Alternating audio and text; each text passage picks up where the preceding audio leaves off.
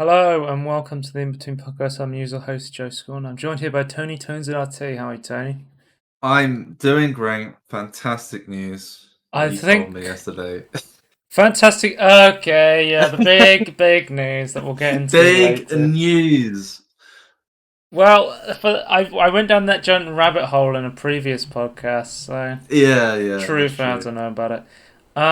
We're through the E3 madness and the Steam Next Fest madness, and I guess we're currently in the middle of the the Steam sale madness right now. Yeah, I mean, once again, Gabe Newell has stolen a lot of money out of my wallet. So, Yeah, well. I'm a very poor man now, poorer than I was yep, before. Um, yep.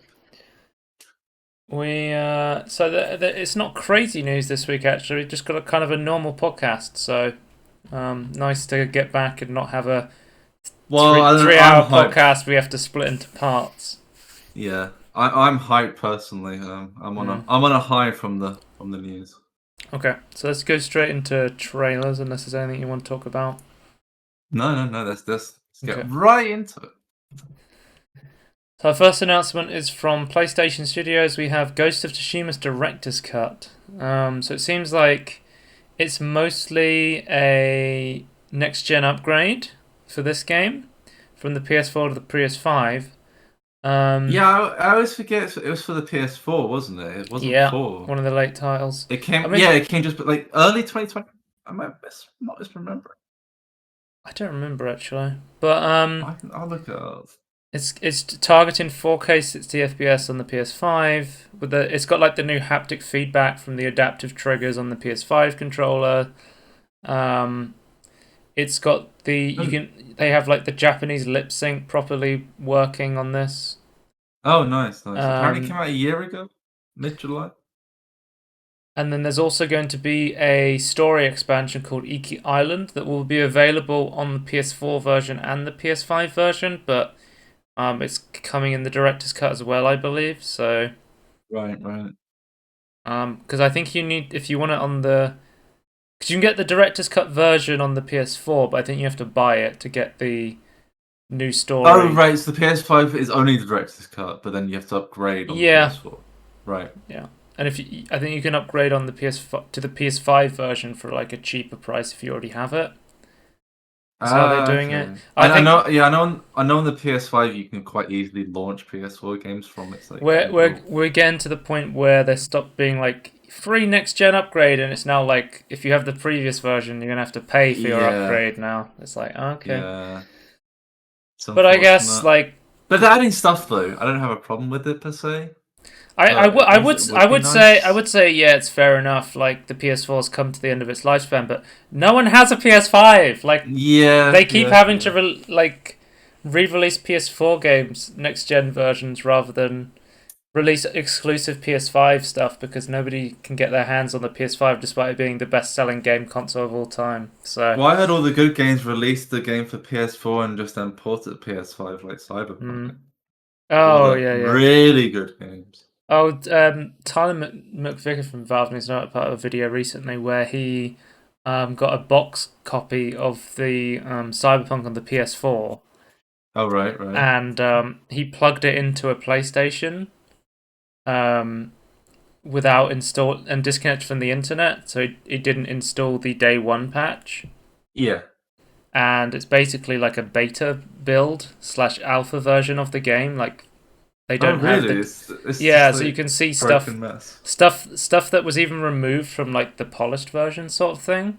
It's kind of Yeah. crazy. Because I noticed that even when I've got it, and I've not played Cyberpunk properly, by the way, but even when I got it, it's like there's like a day like zero or day one patch on like PC. Mm. Like it's kind of insane. I thought that was kind of interesting, and it runs Yeah. terribly on the PS4 as well. Yes, So yes, it does.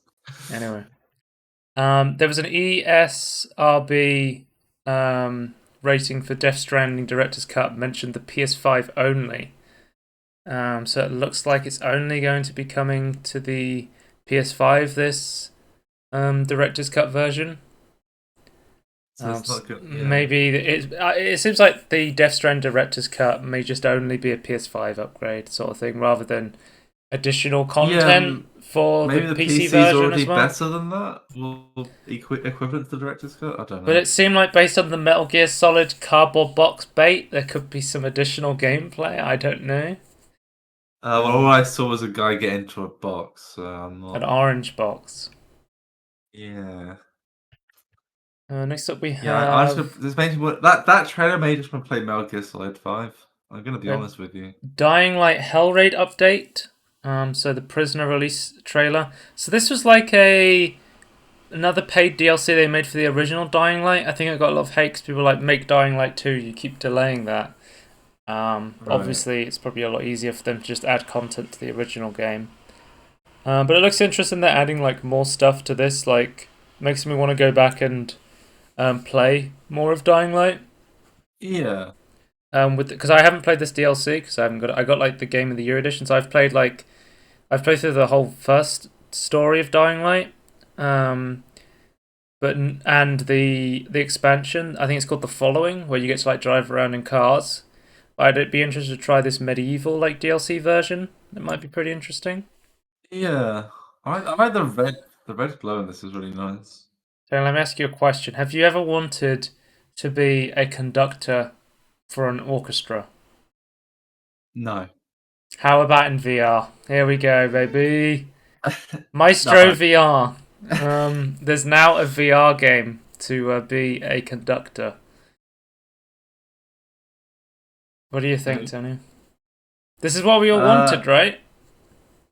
uh Become a uh conductor in virtual reality. Those next gen graphics. I feel no, I still have to go with the no, I'm afraid. Use your hands to conduct. It's just like Electronauts, but without um, any of the I don't know, I EDM just songs. yeah, I don't know, Wait, maybe did it's just that not for button me. say +5 experience points? What the fuck is this?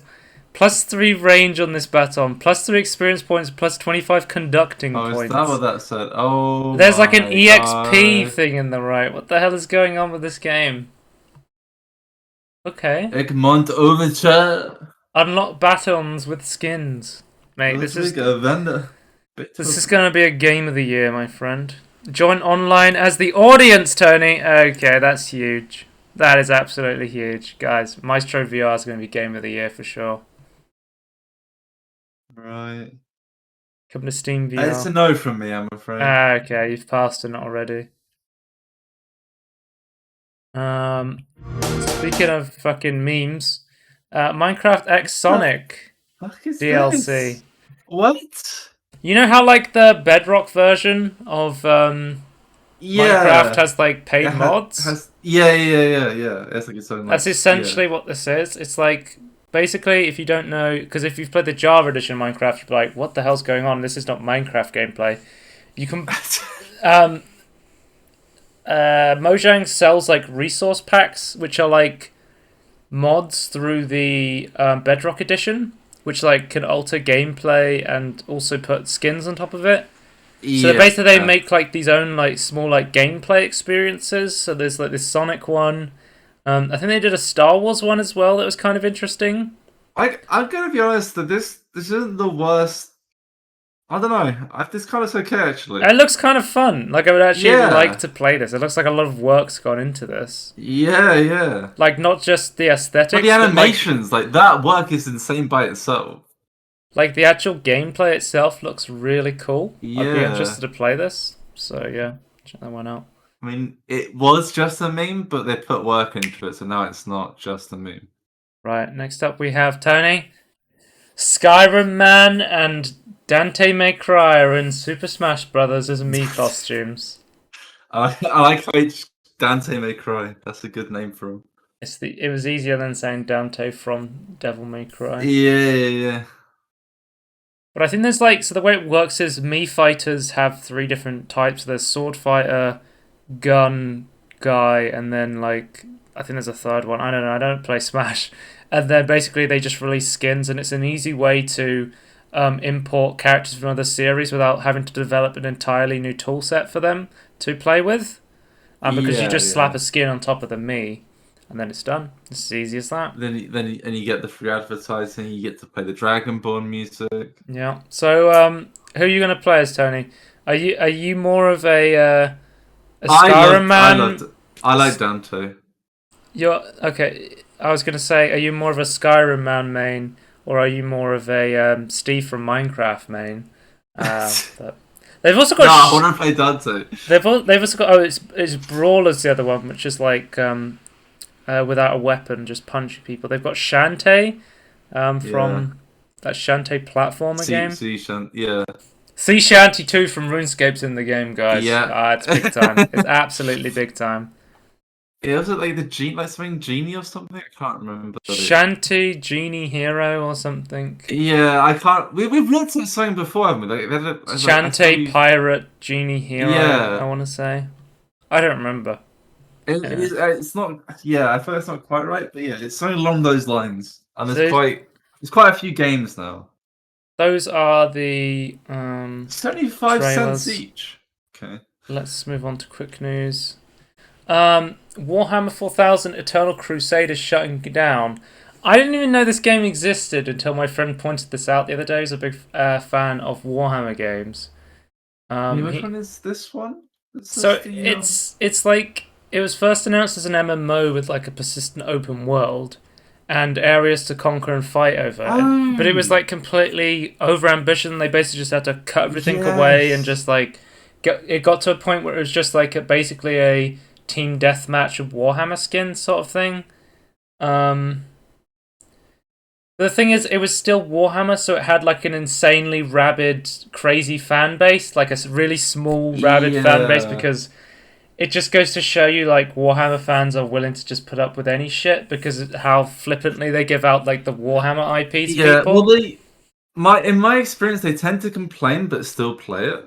Yeah. And still buy it. The last update was like 2 years ago, and it never really became a decent game from what I could see of the reviews. Wait, hang on. On their store page, I've got a review here by DJ Penguin on Twitch. What? Oh, DJ Penguin. He's a massive guy. What does he stream? He must stream Warhammer. Warhammer Crusade. Warhammer, yeah. But it's quite interesting. They've got like loads of like Warhammer guys as like their review things on the store page. The interesting thing is, my friend pointed out, and he was like, "Yeah, it was made by the Dead by Daylight guys, wasn't it?" I was like, "What?" And he's like, "Yeah, it's made by Behavior Interactive. It's made by the Dead by Daylight guys. Made this game before that." And I was like, "Holy shit!" Told you. I never knew that they made like this weird Warhammer game that was terrible that nobody played. I was it's got partial controllers. Oh god, our old friend partial controller support. You love to hear I still think we need a partial keyboard support because there's so many games I played recently. It's like, no, the keyboard doesn't quite work. I think it was like No More Heroes came out recently on PC, and they were like, this game will not work without a controller. Not even like a controller is highly recommended, but there's no compatibility. This game will not work without a controller. Why? It's just button. What? Okay. Next up, Microsoft Flight Simulator will run at 30 FPS on consoles. It will run more on TVs supporting variable refresh rate. So, finally, you can have Microsoft Flight Simulator on your console with the glorious 30 FPS. To be fair, Microsoft Flight Simulator is a really fucking hard game to run. So, yeah. And I think they're doing. My understanding is a lot of people set it to 30 FPS. I think they've been doing a lot of like optimizations to it recently to try and get it to run better. But it's like there's just so much going on in that game that it's hard to get a decent performance out of it. If the console version had like an option between 30 or 60, like you get to choose what level of detail you wanted. Okay, next up we have Sniper Elite VR will be using de novo to stop those pirates from getting onto it. And that's VR pirates. Just what we need. A VR game with another barrier of entry on it, like de novo. Yeah. That would be great. Anyway, Forza Horizon 5 will be featuring ray tracing in Forza Vista. Will not support mods, much like many of the Microsoft games, apart from the starting to in Halo 1. Oh really? Oh okay. Yeah. So I've been talking about how Shovel Knight is just the most crossed over character in every single game, indie game ever. We now have Yeah, an yeah. official Shovel Knight cameo list from Yacht Club Games, the developers, to show all of his Right. cameos. So we've got Shovel Knight in Smash, Aegis Defenders, All Stars and Diamonds, Arby's Kids Meals, which we talked about, Armilio, Azure Striker, Blade Strength. Blasphemous is an Easter egg. Um, Oh Bloodstained, yeah, Ritual yeah, of the yeah. Night, Brawlhalla, Cook Serve Delicious, Creepy Castle. The list just goes on and on and on and on. Jesus. This is Um, quite a big page. Fall Guys Um, skin, Forager, For Honor. Oh this my is god. kind of Wait, interesting wait. way. Like this just like shows you interesting games you might not have heard of though. Let's have a look. I didn't know you could. The Shovel Knight was in a Hat in Time. Shovel Knight's helmet No. and shovel making appearance via developer-made mod. The mod adds a new ice hat and What the hell weapon. is Indie Pogo? It's like the shovel guy from Bennett Foddy fighting Shovel Knight, like the guy with the sledgehammer and the cauldron. Do you remember that game? Yeah, yeah, going there. Yeah, like the Twitch streamer Hell game. Mm. Yeah, I think that's a hilarious game to watch. It's probably not so much to play. He's in Katana Zero, featured on an arcade cabinet. Jesus, move or die. There's just so guys. The list just goes on and on and on. Jesus, right. Yeah, He's in well, Road Redemption is it? as a playable character. Jesus Christ. Yep. Okay. Okay, well, if you want to know the definitive list of Shovel Knight crossovers, check out this list on Yacht Club Games. He's a ukulele, apparently. Next up, we have Ultra Kill new Greed update featuring dual wield powers, 4 new levels, a new hookshot arm. So there's now a third arm in the game which you can use as a hookshot for when you're shooting both of your guns at the same time. New enemies and new bosses. This is one of the games I picked up in the sale. I've been on a boomer shooter kick at the moment. I'm getting all the. Like, this is a fantastic game as I well. think I own like every New Blood interactive game now. Or I think they're called New Blood Interactive. Just call them New Blood, I guess. Oh. Yeah. DevilMayQuake.com, which will probably link Sorry? you to their store page as we talked about in the Devil May Tangerine. Cry. Oh my god, what? Is this just their tactics? Just we're gonna buy all these domain They names buy and it's they gonna buy meme sell. domains and they just all redirect to the store page. That's what they do. Yeah. It's in their contract. But that looks fun. Oh, it's got. Okay, there's quite a few people looking at this tweet though. That's pretty impressive. It's a popular game now. I think it's just crazy to Yeah. think like. I think it was like at the end of last year or the beginning of this year, maybe, or whenever it was. Like, I was like, I just saw this Ultra Kill game on itch.io. Let's try and play this, and it's like become like Yeah. this massive game now. It's crazy to see like how popular it's become because of how fun it Yeah, is. it's good that it's doing well though. It's really Mm, nice. yeah. Like it definitely deserves it as well. Like it's absolutely fantastic. Right. Next up, we have we've got a Knockout City roadmap. So this is showing like stuff to compare to games. So season 1 there'll be a new map, Jukebox Junction, the block party event. Season 2 there's going to be a new bowl. So something along the lines of like the multi balls or the moon balls, like a new ball with a new power up to use. Another new map, and then later we'll have season 3 and season 4 in fall and winter. So it's good to know that the game's still going to get support and they're still going to add like new maps and new balls as content. So definitely a game I would check out, at least trying the free trial for, because actually me and my brother have both been playing this game, and I was talking to him the other day saying how much fun it was, sort of thing. So yeah. Did you both find it like independently of each other? Yeah, I think so. Yeah, he was just like Yeah. I think he said to me, because I think he plays like mostly Warzone with his friends, and he was like, I'm just sick and tired of playing Warzone, and I wanted more like just fun games to play with my friends. Because I think he's been playing Rocket League, which I started playing again at the beginning of this year, because it's just like such fun, like drop in, drop out, co-op gameplay you can play with friends. But this is another one of those games where it's like just really fun to pick up with some friends. So check out Knockout City. There's a company putting video ads in games, and EA has already signed up. You love to see it. Yeah. Oh, we've actually got an update on this. Holy moly, already, since I put this on the podcast. Oh, really? Um, so, I'll read the original notes and article, and then I'll tell you what the update is. So, originally it said um, this company was going to include video ads in PC and console games similar to those seen in mobile games. And what these ads would be is you would get rewards, in-game items, and currency to players who watch ads, and they would be targeting free-to-play games over like paid games. Right. Um, Okay. uh, Simulol Media, Simulol Media has already struck deals with EA and Hi-Rez and had a pilot already run in the game Smite from Hi-Rez, where they were trying to show ads in the game. Hmm. So they have already like started to test this technology, but it says here it's been updated. EA says it's not planning in-game video ads following report. EA says it has no intention of putting TV ads in console games following news report about a deal with an ad tech company.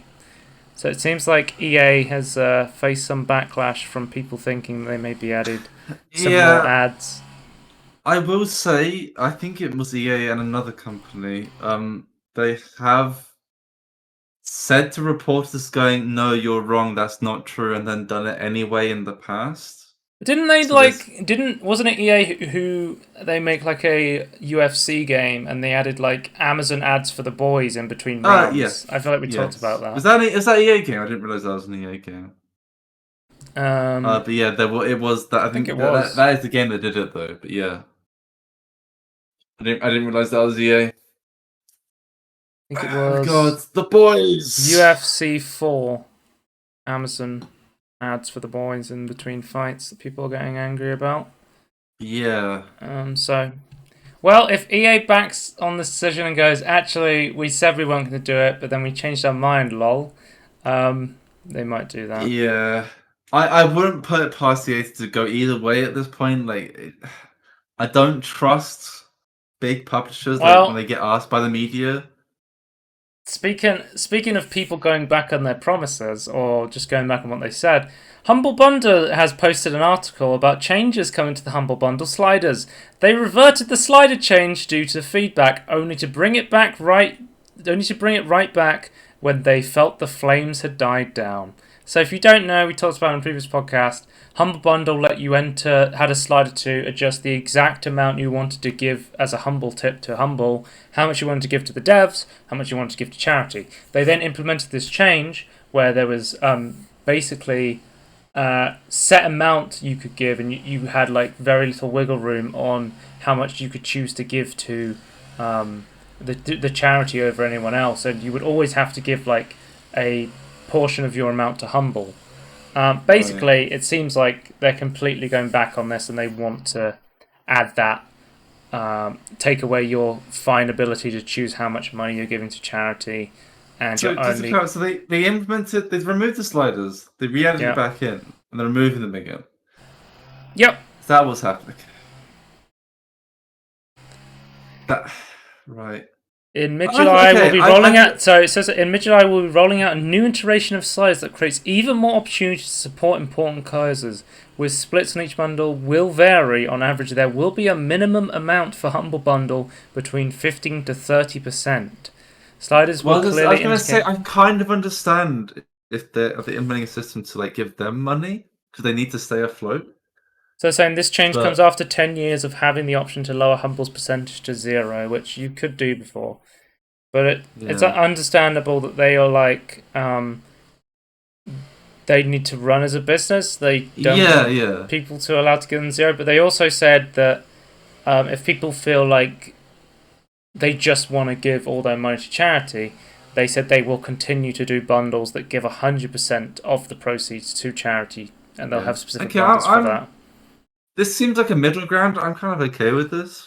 What was it I said before, like the other podcast where I was saying like you do something really bad, you roll back on it, and then you introduce it Mhm. at like a half as bad in Yeah, order to get people. that's like Jim Sterling's like conjecture as well. Like this is like what he thinks they have, or but sorry, what they had thought, but EA and Battle Battlefront 2.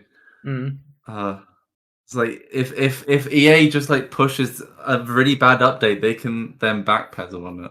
I guess actually we know this should be true now, right? Like we have like documents where they like admitted this, where like they always were planning to revert it to a better position. They just like wanted to like make it really bad so that they were the good guys. mm. It's just really, really. I'm hoping Couple isn't doing that, but yeah. Anyway, one that might interest you, Tony. Nexus Mods, the largest repository of user-made mods for games such as Skyrim and Fallout, is going to Oh, remove interesting. the ability to delete mods from the site. Rather, that they're going to permanently archive all uploaded Okay. files instead. And the reason they're doing this is interesting is because they are trying to protect people's large mod collections where you Yeah, yeah. you have like a collection of mods where it's like, So, I need this mod to run this mod, and then some modder oh my goes, god. I'm going to remove this mod, and then all of these mods don't Yeah, work yeah, now. yeah, yeah, yeah, yeah. This is so okay, right. I've thought about not specifically for Nexus mods, but that has come up in my thoughts. I don't. I'm a massive archiver person. Like, I kind Hmm. of want everything to like to be maintained and exist forever. But I've always come to this problem of like, but yeah, but what if someone wants to delete something? Oh yeah, I don't know. Like, is this for So, all mods or just like downloaded mods? Like, how's this?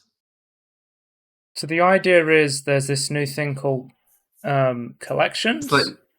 yeah, So what you would do is you would download a collection, and then it would download all of the required mods as well, so you don't have any yes, yes, yes. conflicting It mods.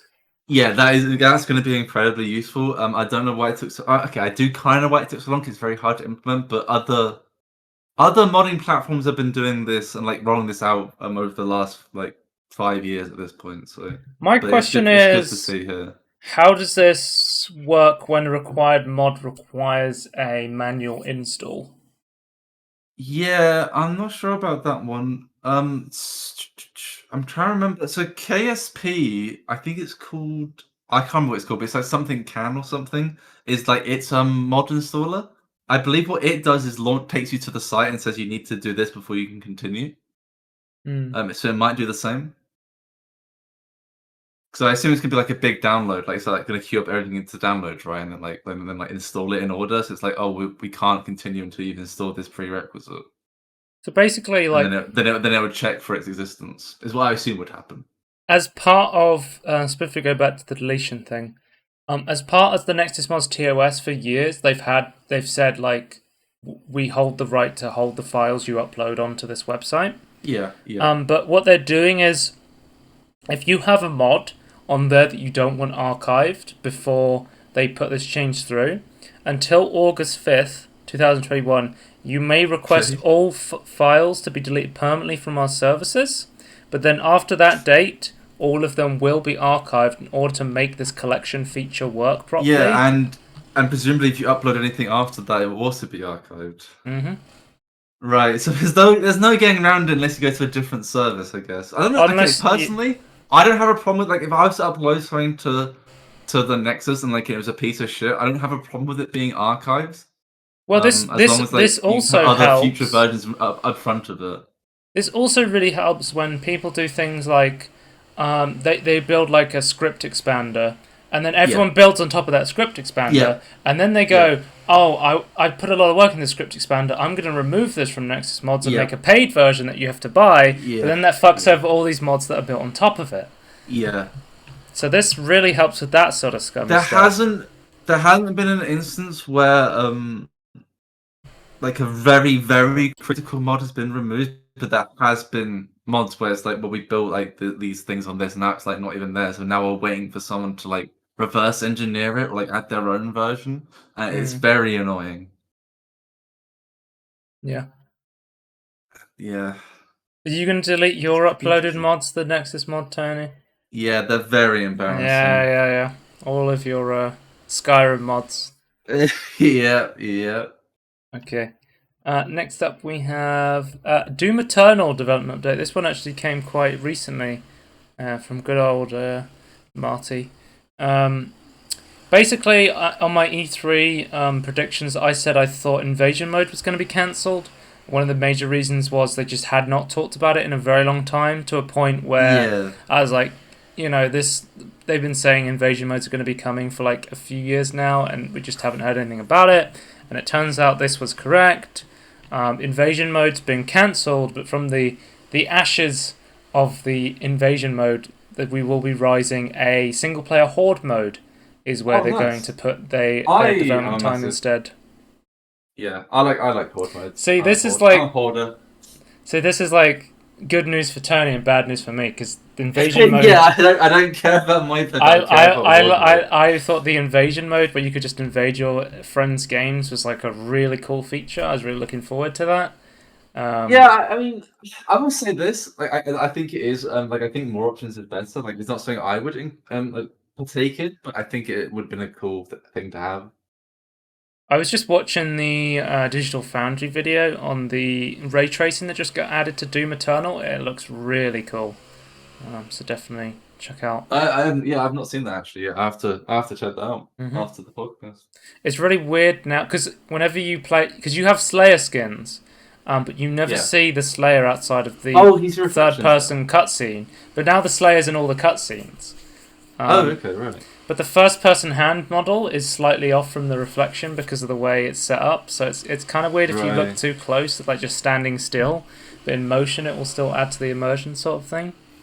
But the reflections are really good in the ray Yeah, tracing that it's yeah, added. I'll have to actually give it a look. And also, of course, it has DLSS as well, so improved performance on an amazingly good engine. Well, yeah, I presume they only need it when you have RTX on because it runs really well without Well, when we RTX watched the or without ray trailer for tracing. ray tracing, they literally showed it with DLSS turned off, and they were like, "Look how good it looks with it turned with DLSS turned off as well. You don't even Well, I need it for guess the performance." well, I generally believe that id Software kind of must sacrifice people to Yeah, demons to be able to get this performance. they're So getting that ardent energy from the core to create yes, the yes. engine. Next up we have Kojima Microsoft deal. I tried to outline an article. Why does it? Okay, here we go. Here we go. So Hideo Kojima deal with Xbox reaches a key milestone. So apparently, Kojima and Microsoft have been in talks to um, create like a deal where he would develop something for the Microsoft platform. I think it would be console exclusive, or maybe like they'll do like a PC console release at the same time, sort of thing. Because Yeah. Kojima was like, he was console exclusive for a long time with like the Metal Gear stuff, and then like Death Stranding was a PlayStation 4 exclusive for a long time. But it seems Yeah, like but even Metal Gear 5 wasn't that like console exclusive for a bit as well, wasn't it? basically they want Microsoft wants Kojima to make an exclusive game for them. Um, and also we had like recently in the news as well, Microsoft hired the Kim Swift, the original creator of Portal, to Oh come work yeah, at yeah. Microsoft to oversee purchase of cloud-based games. Because she had recently worked at Google's cloud gaming service, Stadia. So that's maybe a bit of Yeah. an upgrade in the world of streaming services. We'll have to see. We'll Right, see. guys, big news, sir. Okay, you're already prepping. I'm prepped. I'm prepped. Guys, Colin is back. Guys, Colin is back. Guild Wars 2 update. We talked about in previous podcast. I was saying Guild Wars 2 used to have Colin Johansson. He was like the head of Guild Wars 2. He was the face He of was like Guild the Wars 2. face. Is yeah, it's a like yeah. I just remember him like talking about it all the time, like during like development stuff, like pre 2012. Choo Like choo, just guys. oh my god. So Colin Johansson has returned to ArenaNet to help co-lead the studio. He's back from Amazon after I was going down the rabbit hole of all of the Guild Wars 2 developers who jumped ship to go work at Amazon. It seems Yeah. like they're coming back to Guild Wars 2, which I think is like very questionable because I don't think Guild Wars 2 is in a very good spot given how many No, layoffs are I going in the yeah, ArenaNet offices right now. I Like, it's kind of annoying because I honestly believe if they just released more regular expansions, they would get tons of money. Like I yeah. know it costs money to make the expansions, but I think they would get so many people like in like Well, every time. the problem we were discussing was basically what happened last time from inside sources sort of thing was they started to make they started to try to develop like 2 or 4 different projects at the same time, Yeah, yeah, that's very obvious from the content they've released. and they started pulling people off working on Guild Wars 2. And Yeah, these projects they put a lot of development time into them, but I don't think they ever got off the ground. And then I think it was NCSoft, their publisher. yes, They yeah, they were basically like, "Hey, Guild Wars 2 isn't making as much money anymore. What's going on? We want you to cancel these projects, and we need everyone yeah. working on Guild Wars 2 pumping stuff into the microtransaction store, the gem store." Yeah, but without Which any extra content, no one's going to be there to buy the microtransactions. So that's been So, slowly like trailing a off. lot of the development these days just goes into like adding new skins to the gem store. It seems like Yeah, at the moment they do like small living but world story updates, sort of thing. yeah, well, they're meant to be they're meant to be the in between episodes of like in between the expansions. But we've now had two Living World seasons back to back, and I'm not a big fan of the Living World stuff. Mm. I personally think make them smaller. Don't like. Okay, right. Do you know Krakatorrik, the big purple crystal dragon that Yep, you saw in Path of Fire? the big He chicken. gets killed, Are you or talking she about? gets killed. Are you talking about the big chicken? Yeah, or no, the big That's chicken in that trailer is the lieutenant of Krakatorrik. okay. Okay. Krakatorrik is much bigger. Okay. But Krakatorrik gets killed in the Living World season instead of an actual expansion. And it's like, eh? It just felt like really anticlimactic. Like I don't like how they've like been burning story bridges before like making it interesting a part of the expansion. And I feel like you can't keep just adding stuff to the gem store and expect people to buy it if there's no other reason to stay. Because I don't know, from my experience, there's less and less people playing Guild Wars 2.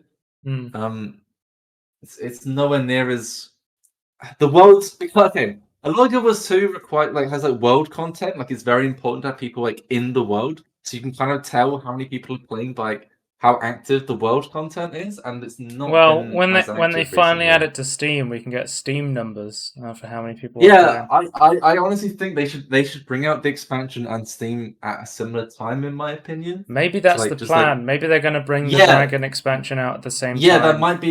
that might actually be a really good plan to do. Because otherwise, you've got people coming in for the first time, then it kind of peters off, and they come in for the expansion. It's Mm. like they do it all at once. I reckon you could like have this like really big prize. You get like a big influx of new Steam players, and then you go, "Hey, look Yeah, at all this new content we've added," and they go, yeah, "Oh shit, this exactly. is huge." It's like it's not just the same old on Steam. It's like this new content on Steam. But the like big update, I think, for me personally, is they are upgrading the engine. I've Yeah, complained. this is huge. This is I huge. complained in the past that they're running the game on the fucking Guild Wars 1 engine on DirectX like Yes. fucking what is it Yeah. like 9 or something, Yeah, it's DirectX 9. and it Yeah, runs as you put terribly. here, yeah, as you put it, it only uses like 1.5 threads. Like, and it's Yeah, really poorly CPU. Like, when there's loads of people, and considering that Guild Wars 2, it's all about lots of people in the world, it completely tanks performance, which is very important against timed bosses. but yeah, they said they're gonna this upgrading to DirectX 11 will open a lot of doors to improving Yeah. performance because we've even talked about in the podcast. People are like injecting more powerful versions of DirectX into Guild Wars. So I think they even did DirectX 12, just running that instead of DirectX 9, and they were getting like So massive performance upgrades. Mike had an Um, interesting point from this news is that yeah. he reckons that with this upgrade you could potentially do more with the game because you don't not have to worry about performance as much. So you could like do more um, processing intensive things Well, they literally to the actual events. they say it in the article that they put out. They said it also paves the way for some potential graphic updates down the road as well, like upgrading Yeah, the yeah, engine. that's They interesting. can put Yeah, like graphic updates. They said they're investing in the infrastructure, the engine, and graphics because we're looking to the If future. This is a long-term effort. Yeah, if this is what's been taking so long, because obviously they've gotten rid of their own team as well, just slow stuff down. But if this is like what's taking them so long to release a new expansion, then I guess that's fair enough. Mm-hmm. But I am concerned about like the business side of it and like what was their game plan for like staying afloat while they do this upgrade. All right, should we move on to the first timestamp? Steam news. Yeah, let's do it. Okay. Steam news. Valve takes further steps to stop users from using VPNs to abuse the regional pricing on Steam. So Valve has added a limit on how often you can change your Steam account's country. Country may not be updated more than once every 3 months. So they've done more I'm to sort stop of people abusing regional pricing.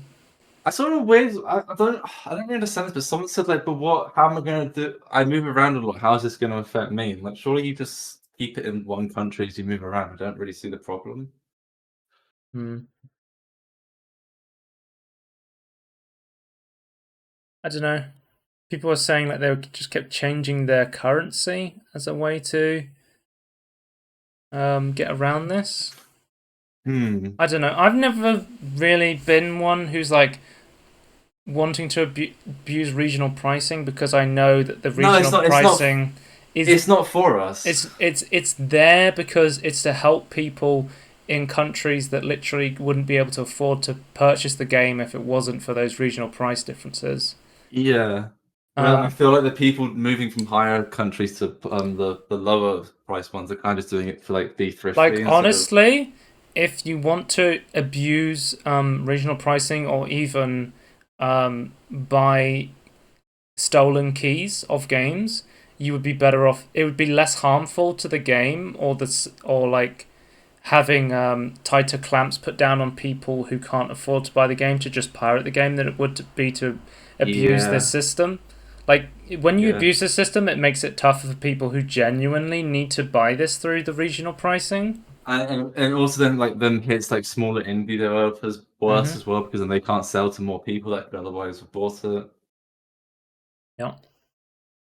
So yeah, I think this is a good change. It's kind of sad that it has to come to this sort of thing for people who do Yeah, travel around a lot, but I guess people but I aren't don't really understand that. traveling Surely around right now. if I was traveling around, would I not just leave my country as the UK and just like let it be? And like, okay, I'll just pay the higher prices now that I'm in, I don't know, China or I'm in like in Hong Kong at this moment. Yeah, I don't know. And it's such a big. It's 3 months. Like it's a huge window. But I just don't understand why you need to even change it to begin with. Just accept that you're using a currency you don't currently using. Like, surely you still Mm. have. Just use the bank accounts you have. Like, If surely your you're banks are like set to a currency. if you're genuinely moving countries every 3 months, I mean, what are you doing right now that you need to be doing that? Like I don't Yeah. understand. But even if like you're on like so it seems you're like on tour, like on like an aircraft carrier or something, like surely you would still just have your country as the US. You just set your country to international waters, Because Tony. like my understanding is like my understanding is that you have your banks at home and like it's set to a specific currency, so you would just set whatever currency your bank is, you would like make sure your Steam account matches to like remove any of like the conversion problems.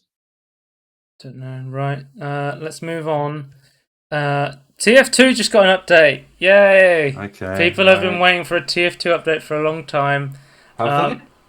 Yeah, I mean TF2's Okay, been getting okay. like basically they're keeping they're keeping the lights on right now. They release new cosmetic crates for every Halloween and Christmas because it makes them tons of money, but they haven't Oh, released okay. any real content for a long time. But the big thing I is think it's a big game. TF2 has been plagued by bots and cheating bots as well, Oh, is like this recently or cheaters just and like bot. over Just the past year? past few years have been really plagued by cheaters and bots. And CS:GO had like a really good system to stop this, and they've just said basically they've added anti-bot cheating measures put in, but a lot of people believe it's basically a stealth launch of the CS:GO's trusted system. So if you don't know, Oh, okay. there's a really long video from like GDC or something from a few years ago where they're talking about how the trusted system works in CS:GO. Basically, how it works is it finds your account and your IP, and it looks for any Steam accounts tied to your um your account or your IP, and it goes how many of these accounts are in good standing and how likely you are to cheat, and then it puts you in a lobby with people around your trust level. So if Right, right, right. so they found that they said in this talk from Valve, they said they found lots of people were saying, hey, they were complaining on forums and saying, hey, I'm getting put in a lobby full of lots of cheaters. And it was like, okay, yeah, well, I'm, because a lot of cheaters complain about being in lobbies with cheaters because they want to be the only one who are cheating. But then, like, a lot of other people they found were saying, hey, I haven't had cheaters in a single lobby for a really long time. And that's when they knew the system was working, that the cheaters were Yeah. being paired with cheaters and the trusted people weren't being paired with the other cheaters, which I think they have several systems. They have like the Overwatch system. Whenever I hear it, it reminds me of that game. There's getting a sequel that everyone's forgotten about. Wait, Um, what's Overwatch, sorry? it's a system in CS:GO for Oh, well, yeah, that makes more helping sense. against cheaters. Yeah, Um, yeah. I thought it was also mechanic in XCOM where you go into Overwatch. Watch over me. Yeah. So Overwatch is an in-game replay review system that lets CS:GO community regulate itself by allowing qualified and experienced members of the community called investigators to review reports of disruptive behavior, determine whether these reports are valid, and apply temporary bans if appropriate. This is the tribunal from League of Legends that was But removed. who watches the Watchers though? Great episode of Star Trek. Yeah. Yep, yep. Another little reference. Who watches? Oh, that's the one where they're like on the. Is that the one where the guy accidentally falls out of the window when he's Yes, it's observing one of the my it's people, actually one of my favorite TNG and they think episodes. Picard's a god after that happens? Yeah, he's the caretaker. Yeah, Or the oh no, overseer, sorry. like in Fallout. But basically, through this update, they've just said we've added some stuff to help fight against the bots and the cheaters. This is probably like a stealth rollout of the trust system because when they put the trust system into CSGO, they didn't tell people about it. When they do like anti-botting cheating measures, they want to give as little information as possible of how it's implemented and when it's implemented in order to stop bad actors from getting around the system. Yeah, Um, you don't want to explain like in detail like how it works. You kind of want like a brief overview at best. It's a kind of tricky thing. Like you want to like be transparent, like to make sure like you're not up to like funny business, but like you also don't want to like give information so that it can get abused. so this small TF2 update, Tony, I'm saying TF2 is the most alive dead game ever. Following this Yeah. news, Well, there's like huge number of people playing it still, aren't there? following this news, Tony, there was a TF2 hit a new peak of players. It's hit its new peak of Oh, 150,000 concurrent players with an that's not bad for a dead game. average player of 107,000 players on TF2. And it's not just like this anti-cheating thing was added, there was a huge spike, and then everyone leaves. The game's numbers have been steadily growing, like over months and months and months, and this is to do with the fact Yeah. that for some reason People. TF2 is crazy popular in the YouTube algorithm. If you make TF2 I've never videos, seen that actually. Okay. it but That's news to me. it's had like a crazy steady growth. Like it's gone like 30k, 40k, But 50k, is it okay? 60k, 70k, But 80k, is it 90k, okay? But 100k. is it popular in the algorithm because people look at it and go, "Oh, this is like a fun game. I'll watch more of this and I'll play it myself." Like, is it the I'm algorithm going to doing it, play or it. people like informing the algorithm? Maybe a little column A, a little column B. You know. Yeah, I meant it's like a feedback loop for sure, but I reckon it's gonna be more driven by people than the actual algorithm. But it's insane to me how this game is just has such an insane growth on its own, and Yeah, with no updates. Valve does no updates for it. If this, it was like what was Tyler McVicker said. He said if you had a game like TF2 in the hands of any other developer, it would get weekly updates because there are so many Yeah. people playing this game. It Yeah, but is because such it's a Valve, gold it's mine. like it's an old game. Valve's like, nah, we want to develop brain computer interfacing so we can When delete moving to New nightmares. Zealand, we're busy. Yeah, we want to put probes on your brain and give you good thoughts, and yeah. We got the demo festival to talk about. Come on, hmm guys. But yeah, anyway, you want to move on to tech. First up, we Yes, let's have go. AMD news. AMD Fidelity FX Super Resolution is coming to 7 games at launch, which is pretty cool to see. So that will be 22 Yeah. Racing, Anno 1800, Evil Geniuses 2, Godfall, King Shunt, Terminator Resistance, and the Rift Breaker.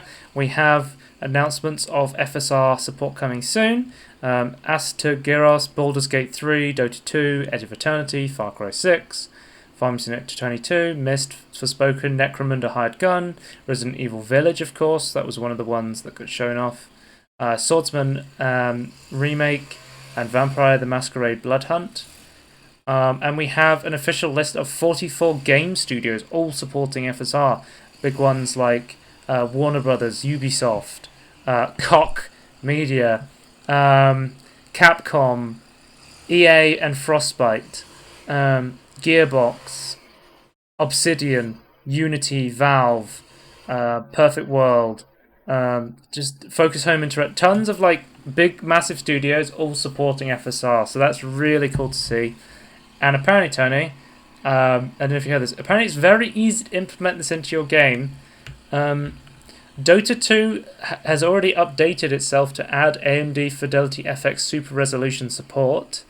So it was announced that it was coming earlier in the week, and it's already been added to Dota 2. And apparently, supposedly, it took one developer just 2 hours to implement it into his game. So we might see like a massive wide adoption of FSR because it seems like it's really easy to add it into the game. You still there, Tony? Let's check Discord, guys.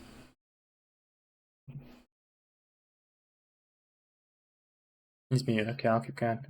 But yeah, that looks really freaking cool. We also have an announcement from Nvidia that Battlefield 2042 will support DLSS and reflex technology. This is basically the like ultra low latency sort of thing where you get very little delay input between like when you shoot and when it appears on the screen. But we have no ray tracing support yet, which was amazing about Battlefield 5. One of my personal favorite implementations of ray tracing is inside Battlefield 5. So I'm really hoping that Battlefield 2042 can help push the envelope of ray tracing technology, because the ray tracing in Rotterdam specifically in Battlefield 5 was really cool. I really liked experiencing that.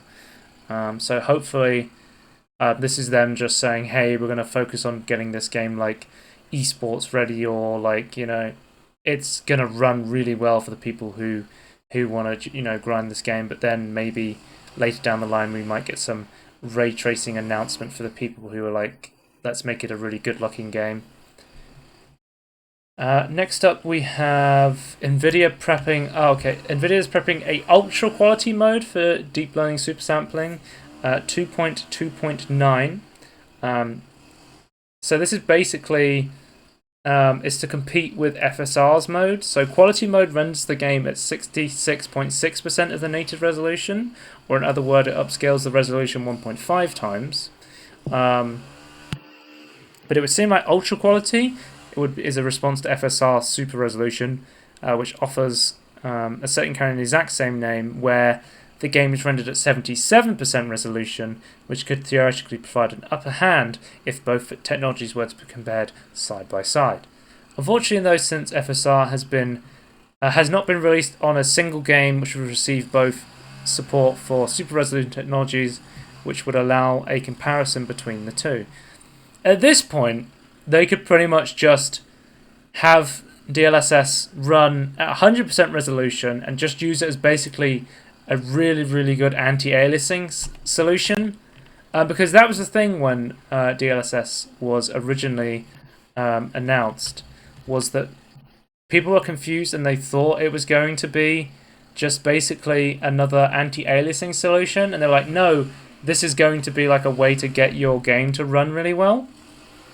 Um, and that's what they wanted the marketing to show. But I feel like it is something that people would want to be able to do still, is to have the ability to have an anti-aliasing solution while having better performance sort of thing. So it'll be interesting to see like how this turns out.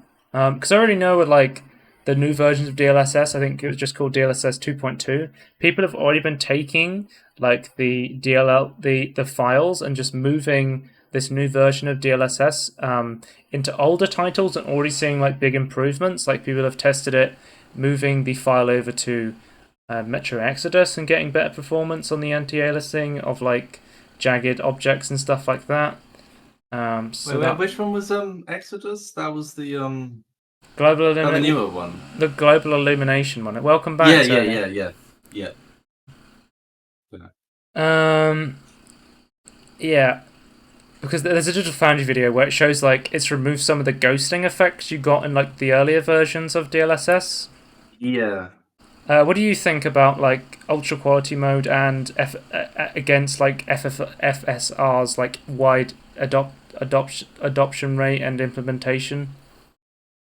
Uh, I, I feel like it's easy to implement, right? Like it's like far Mm-hmm. easier to implement overall. Like Yep, it can be like, very quickly yeah, implemented. yeah. That's more surprising to me because I honestly thought it was gonna be. I thought it could be harder. To be honest with you, and I think it's kind of impressive that. Yeah, isn't what's it actually stand for? Sorry, What does the fidelity one actually stand for? Is this a like fidelity super fidelity resolution. super resolution? Right, right. Yeah, because it's Do basically you think? upscaling it into a superior resolution. Yeah, yeah. Do you think they're gonna just keep it as like it's like a post processing thing, like after the frame has been drawn, isn't it? Like processes after it before it then gets given to the monitor, Right. basically. I don't know. Do you think the second version will be more like DLSS 2.0, like where it's like Well, the more big involved and more difference complicated? is that It's gonna be free, I guess. they want it to run on AMD cards, and Yeah, DLSS that's true. uses the artificial intelligence cores inside the Nvidia GPUs, whereas Mm. um, this solution FSR is able to run on the AMD cards, where they're not using that technology. It's more like just using raw performance sort of thing to get it to run. So it Yeah, might not be possible. I'm not sure. Like, it might be too price intense to do a yeah. more complicated version. Yeah, maybe. Yeah. What do you think That's about the definitely. idea of just having 100% resolution scaling DLSS and just have it as a anti-aliasing solution? Yeah, that seems to be. From the things I've seen. This is earlier on. I've not seen the more recent stuff, but like it seems to be working pretty well as that. Like keeping it as like close to the normal resolution as possible. Hmm. But there's some people who Um. just don't want to, have a lower resolution upscaled and just keep their resolution, but have a very Yeah, superior anti-aliasing than the ones we because currently have. there's maybe it's just my eyes and like it on a YouTube video, but like they were showing like the normal anti-aliasing stuff, comparing it to like what do they call it, like the quality version of the fidelity. What do they call it? But like I honestly thought Ultra quality, yeah, thought that one looked better than the normal anti-aliasing to me. right? But it could just be like a YouTube artifact thing. I'm not sure. I'd have to see it in an actual game. All right, move on to Halo news. We Halo have news. new mod tools will be available for Season 7 of Halo MCC, so there will be um, mod tools for Halo Combat Evolved, as I was alluding to earlier. Yeah. So they've added some new ways to mod the worst Halo game. I'm sorry, the no, Halo 4 and Yeah. Halo 5 exist. Sorry, the worst.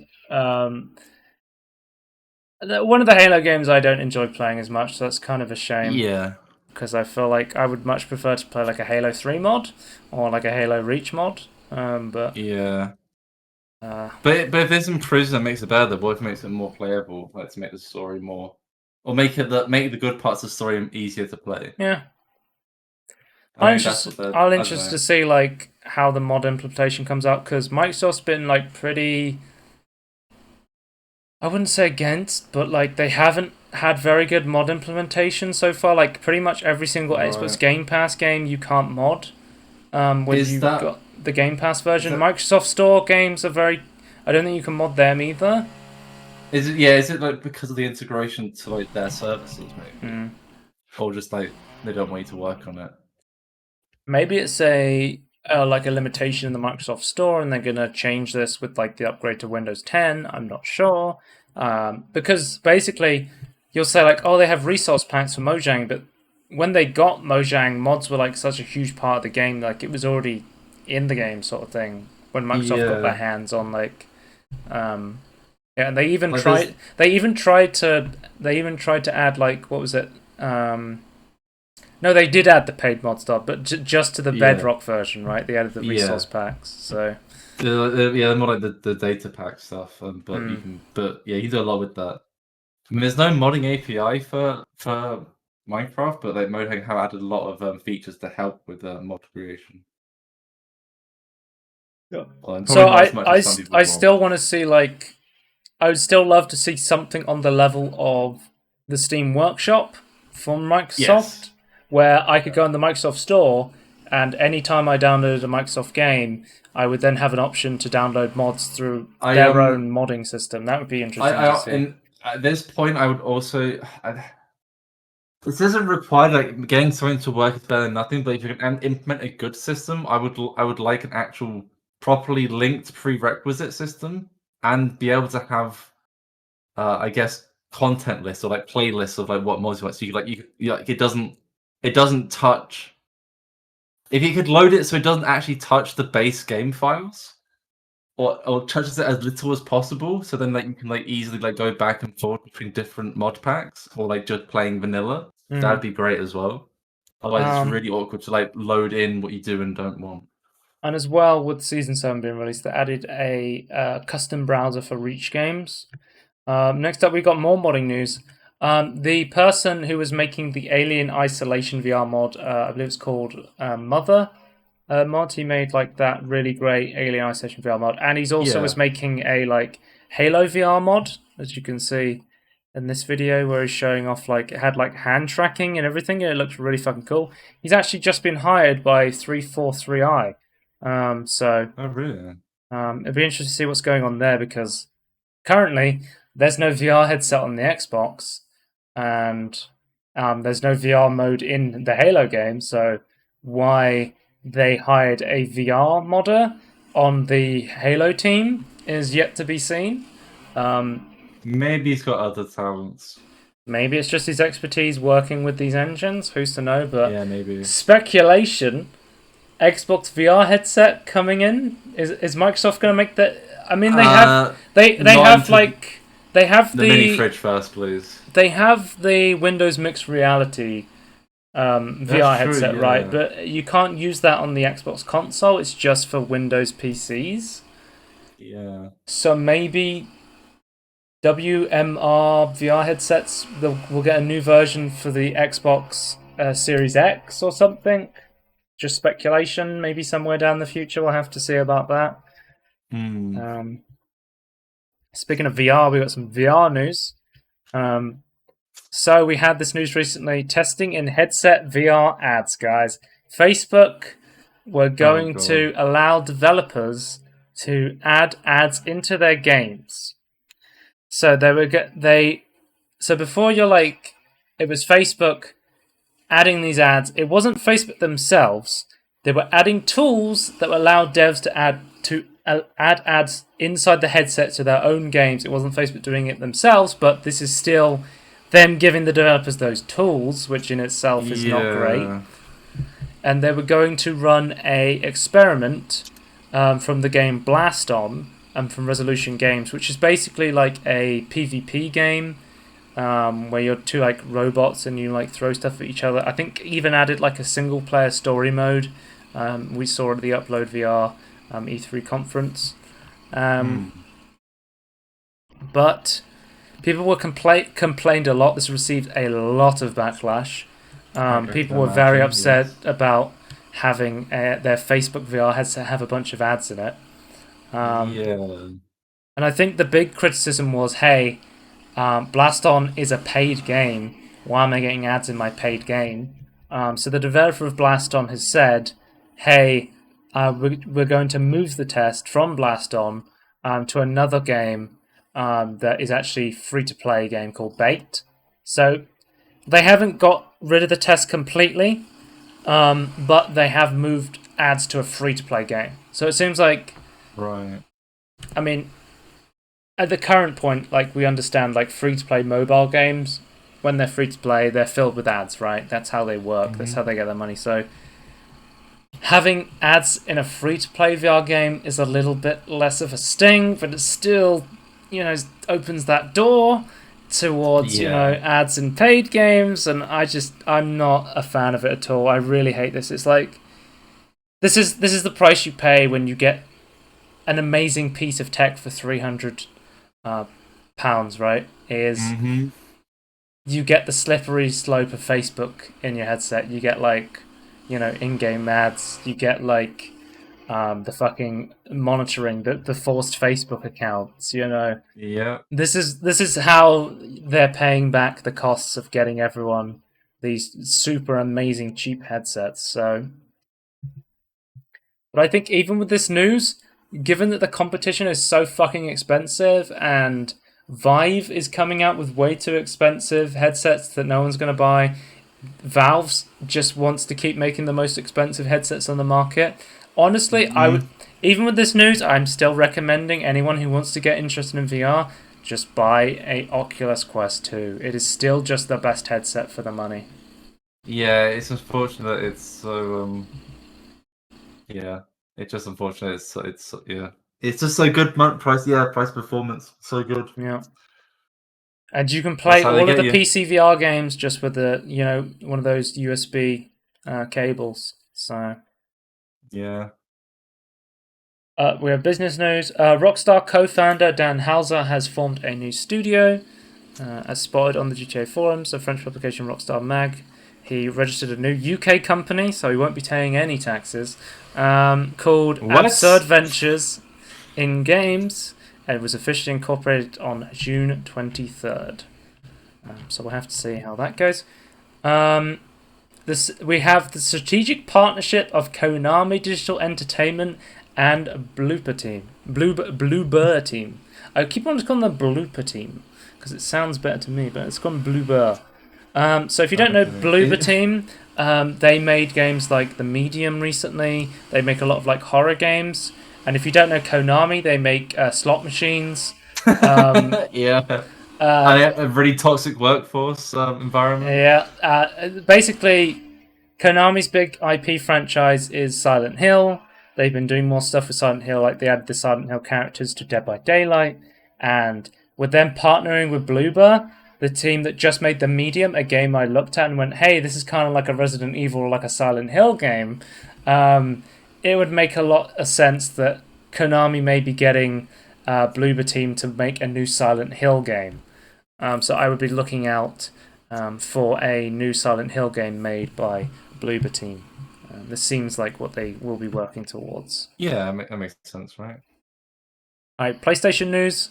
Nixis Software will be joining PlayStation Studios, and this is quite interesting because Nixis Software is especially known for creating PC ports of games. They've made a lot of PC ports of mainly Square Enix stuff in the past, so stuff like they made the PC port of Deus Ex. I think it was Human Revolution or Mankind Divided, one of those two. They made the PC ports of like the Tomb Raider games. So it seems Hmm. like PlayStation is really gearing up for their like PC ports on PC sort of thing, like getting this studio known for their PC ports on their side as a official PlayStation studio, which is really fucking cool news for me because there's plenty of PlayStation exclusives I still want to play, and I refuse to buy a PS4. So Or hopefully, PS5. I know I can buy a PS5, Tony. I'm not in the Oh, minority it's here. not. It's not that you're refusing; just you No. can't. Well, I probably wouldn't buy them Right. anyway, but no one can buy a Okay. PS5. Okay. Fair enough. Fair enough. Next up, we have House Marquee to the PlayStation Family Studios. If you don't know House Marquee, they just made the very popular Returnal game on the PS5. So that Returnal kind of like weird horror game that I talked about in the previous podcast Oh yes, yes, yes, looks really yes, great, and yes. we're looking forward to playing that at some point if they ever bring it to PC. Rumor. Apparently, there's a rumor at the moment that I think it was like a Japanese Twitter account accidentally leaked that Bluepoint Games, the developer of Demon's Souls, was going to be acquired as a PlayStation studio. Although I believe Bluepoint Games quickly changed their their Twitter bio to be like, "We are a fully independent studio. We are not owned by Right. anyone." So it By any could man, no. it could be this was a mistake, and it turns out that Bluepoint is not joining PlayStation, or they're trying to cover it up and be like, no, it's definitely not getting acquired by PlayStation Studios. We're a completely independent studio, because we've seen so many times people flat out deny acquisitions and then immediately Yes. they announce that they're happening. So Mm-hmm. I'm not gonna say like immediately this rumor speculation can't be true. So my speculation is, if I was going to guess, I do think they probably have been acquired. They just have not been announced yet. That's my speculation. What do you think, Right. Tony? No, yeah, I think that's. I think I don't know. I guess it could be like just a big misunderstanding, but yeah, it does feel like they have been just based upon Tony, like how the right thing. the news everyone's been waiting for. Cyberpunk 2077 is now available back on the PlayStation Store. Yep. You'd That's love to right, see guys. The it. work on the PS4 version of the game is continuing with fixes and updates to be released throughout the year, but they say basically, for the best experience on PlayStation, playing on PS4 Pro or PS5 consoles is recommended. What that means is, if you want to be able to play the game, get a PS5 somehow. That's basically what they're Yeah. trying to say about the console version sort of thing. It's just crazy how, like, the sort of shit they had up on the PlayStation Store still, but they've removed Cyberpunk of all games from the PlayStation Store for not being Yeah. up to their standards. Like, from watching the original PS4 build without the day one patch, it's fucking ridiculously broken, yeah. And it runs terribly, like sub 30 a lot of places, like Hmm. with a 720p render resolution, like it's insane, like and just so broken and buggy, right? There's a reason the game was unplayable on the PS4, but it's just Yeah, and I don't think the PS5 version is the PS4 version, but I guess that the hardware could actually run it. so they haven't done the next gen upgrade, but the PS5 hardware is powerful enough to run the PS4 version at an Yeah, okay right, frame right. rate, despite it Yeah. still being quite buggy It's just compared the to the other PS5 is just so versions. much more powerful. Yeah, because they didn't put as much time into the PS4 version, I don't think. No. Um, Unfortunately, for the people with PS4s out there, I don't which is a think they shame. did very well for any of the console editions really, but One thing I'll say about Cyberpunk, I have been kind of low key keeping track of the bug fixes, and it seems like, from what I've seen online, the PC version's at a state where the PC version's not very buggy right now. Like, if you have yeah, a I would powerful say enough that PC, you can still run it. yeah, it's less buggy, but then there's like still weird I don't know, like missing parity, like it's missing features to make some of the things more interesting. Like the police are still not. Hmm. But I think, like, from There's what just I've lots of things like that. Like they're not working the way it should to make it like a coherent, fun yeah, game, in my because what opinion. I've seen, And they like, need to do that. Cyberpunk is like an alright game right now if you take it on from the mindset of it's a Bethesda game right now, where Yes, that is a lot like a broken Bethesda game right now. right now it has like the bug fixes to make it runnable on PC, and it Yeah, has the community mods to make it like a fun game. Like, there's already community mods that completely overhaul the police system, so it's more like a yeah. GTA star system, and they don't spawn There's randomly behind you. They can I actually just spawn at a police station in the map, and they drive towards you. yeah, that's still way better than their implementation. As I said, there's also a third person camera mod. Hmm. Um I don't know if I don't know if this is confirmed or if you've heard anything about this, but I think the reason why I went first person is because they didn't have time to develop third person as well. But it's going to be Like interesting to it, see like all the cut content we're going to figure out from what like was taken out of the beta and what like they couldn't put into the game is then going to be re-added through mods like Fallout or Skyrim style or whatever, right? yeah, yeah. Yeah, I'm interested. I still Because watch content to see what's happening, but it's been I what like 7, 8 months it, now, it makes and we're still waiting. it makes me like reminiscent of like when they said wall running was like parkour, like wall running stuff was going to be Mm, added to the game. It's like, well, if that's cut content and people find about that stuff in the files, then people can make mods for that sort of thing to add. Like, I yeah, think it's Cyberpunk looks like an interesting game to like have an unofficial patch for and like mod up. And I think I'm yeah. gonna like I'm someone who likes to give second chances to games, so I think once Cyberpunk Well, goes I'm in a I'm night, still waiting, and I'm still waiting, watching and waiting.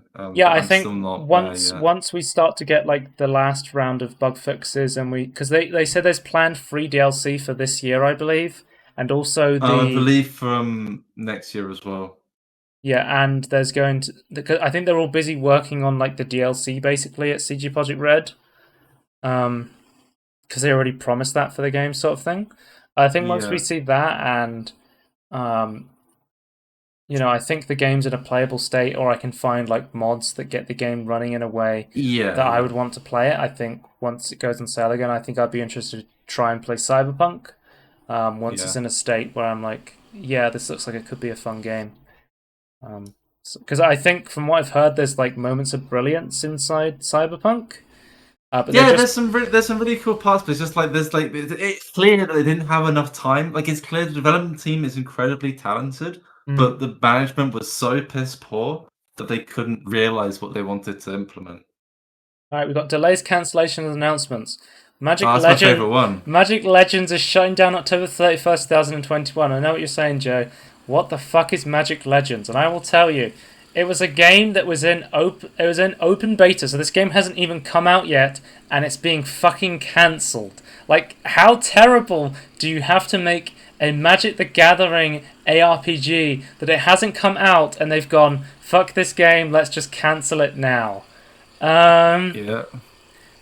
so, and I don't know if I talked about this. I think I talked about this, Tony. I don't know if I talked about this on the podcast or anything, but they made it so fucking impossible to play this game because I was like, I heard there was a Magic ARPG. I was like, cool. I love Magic the Gathering. I love the Mm-hmm. universe. Let's try and play Yep. this. They made it impossible to even try the beta without downloading like 50 different installers and 50 different accounts I had to make. I think I got to the point where I literally downloaded like three different things, and literally made like three different accounts just to try and launch the fucking game. It's like It's that difficult. you need like an account for this, you need an account for this, you need an account for this, and it's like at that point I literally fucking quit trying to play the beta. So to the Mm-hmm. people who actually went through all that shit just to play this beta, and it turns out it's fucking dog awful microtransaction shit. I think this game deserves to get fucking cancelled. Like, Jesus Yeah. Christ.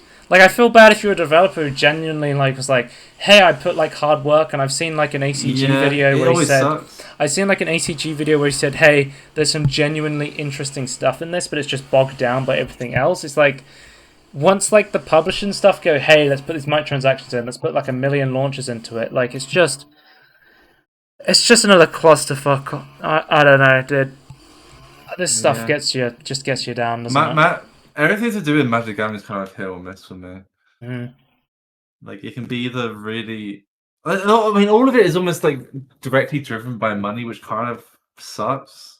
Now I understand how Warhammer fans feel Yeah. as a Magic Yeah. the Gathering fan. Anyway, final piece, main news. We're going to be talking about Windows 11, which was announced recently. So, Windows 11, the best Windows ever for gaming, apparently, will be a free upgrade for Windows 10 users. DirectX storage will be exclusive to Windows 11. So, if you're looking forward to having your games use DirectX, which basically means it goes straight from your NVMe SSD straight to the graphics card without having to go through the Yeah. additional route through your CPU, which will make the loading a lot faster, and Right. can also increase performance, which is cool. I'm really looking forward to DirectX storage, so um, really I'm looking cool forward to. to it as well. We're ready. We're ready.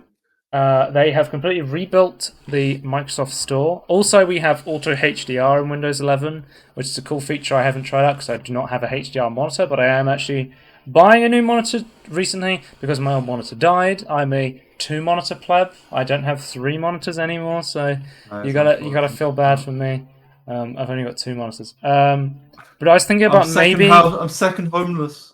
Yeah. It's first world problems. Only 2 monitors. Um, Yeah. I am thinking about getting a HDR monitor as my next monitor upgrade, so I'll keep you updated on that if I decide to go down the HDR If you route. do get one, be Over careful of blinding 400. yourself. Okay. Why? Uh, it gets very bright if you're going for like a I'm full gonna like HDR I'm gonna 1000. turn up 2000 nit brightness on my my HDR Yeah, monitor. I'm just saying. In my experience, like things could actually not blind you, but like make you squint. Like, oh my god, that's like the intense sun sort of thing. You know what Auto HDR seems like to me from what I've seen so far from the older titles. It looks like ENB filters a lot of the time, like the Auto HDR I've seen. Yeah, if it's, it might, yeah, it might be doing a similar thing. Like if it's like trying to like catch the frame and like insert its own stuff into it. Yeah, it might be doing something similar. Anyway, so they're rebuilding the Microsoft Store. Microsoft will allow third-party payment systems on the Microsoft Store, so Windows devs can keep 100% of the revenue. This is a big fuck you to Apple and Yeah. anyone else who takes a cut, like the Well, PlayStation Network or they supported Epic, right, in the yeah, lawsuit. yeah. So it makes sense that they would like be, well, we have to actually like put our money where our other money mouth was. It's called. I think if you upload games to the Microsoft Store, you have to pay like a small fee for like a small cut, but it's nowhere near as like crazy as the other Yeah, ones. don't, if you try and use some other services as well, like you have to pay a fee as well, but only if you actually use it. That's what my understanding of that was. So look, they dropped the reducing the Windows Store cut to just 12% to be similar to, I think the Epic one's around 12%, right? And for their cut from their games Yeah. instead of the standard It's big. 30%. Yeah, I think it doesn't go even lower for Epic if you're using Unreal. Mm. Like it all bundles it together, like the Unreal and the engine license and like So the you publishing. can upload you can upload 32-bit, 64-bit apps to the App Store. You don't have to upload a UWP app to the Microsoft Store, as well as the ability to have Android apps in the Windows 11. Nice. So this is going to be Yeah, at the moment running. it's only Amazon Android This is apps at the running moment, through the right? Amazon App Store, Yeah. but you still have the ability to sideload APKs directly into Windows 11, which is kind of insane. So if you want to take an Android app and that's an unofficial app and load it onto your Windows 11 PC, you can, which is kind of crazy that we're living in that future. Okay. Yeah. Some other small notes are Windows 11 has better layout for tablets, a center start menu. It will remember where your windows were when you plug and unplug screens, new snap features for snapping windows together. When you have multiple desktops, it will remember your layouts on those, and if you snap multiple windows together, it will show them as one thing in the taskbar. Okay. Oh yeah. Okay. I really like the snap stuff actually, but that's actually where I think that's really cool. And also, they've announced dynamic refresh rate. So this is kind of big for laptops and tablets as well because it will be able to seamlessly switch between a lower refresh rate and a higher refresh rate based on what you're doing on your computer. So this will help to balance performance and power consumption. So this is big for laptops and Yeah. tablets. So if you want like a really high refresh rate for when you're like, you know, when you're like inking or scrolling or like drawing or like say you were going to play a game and you wanted a high refresh rate on your tablet or your laptop or whatever, you would want that high refresh rate and use more power Yeah. consumption. But then when you go to stuff like everyday productivity tasks, you're just like, I'm going to write a Word document or I'm going to check my emails. It would then switch down to like 60 hertz instead of like 120, in order Yeah, to yeah. save on your battery life and Because also. because phones have been doing this, and apparently it's been doing really well. Even though because like the newer flagship phones have like up to like, or even more than this sometimes, but like 120 hertz refresh rate now. But because they're dynamic, they're not losing too much of their normal battery life. Hmm, it is pretty interesting. Yeah, I'm actually that's actually I think like saving energy and reducing power when you can is very important. Okay, let's get our etymology tweet, I guess. Let's read this one. Imagine a game where you cannot hold any inventory and you need to hire real people with real money to hold your inventory for you. What a great idea. Is it, That's not. I would still say that's not a bad. That's not a bad premise. or isn't that cryptocurrency? Where you're No, it's not hiring really. real people with real money to hold a made up currency, a Well, made no, up inventory.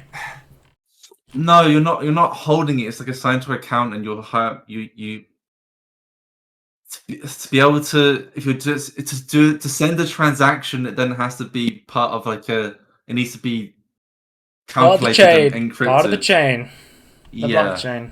So that's what the Yeah. blockchain is doing, but it should then once it's there, like so basically it's just like a collective account of everything. The blockchain is the account, which makes it more and more expensive as time goes on.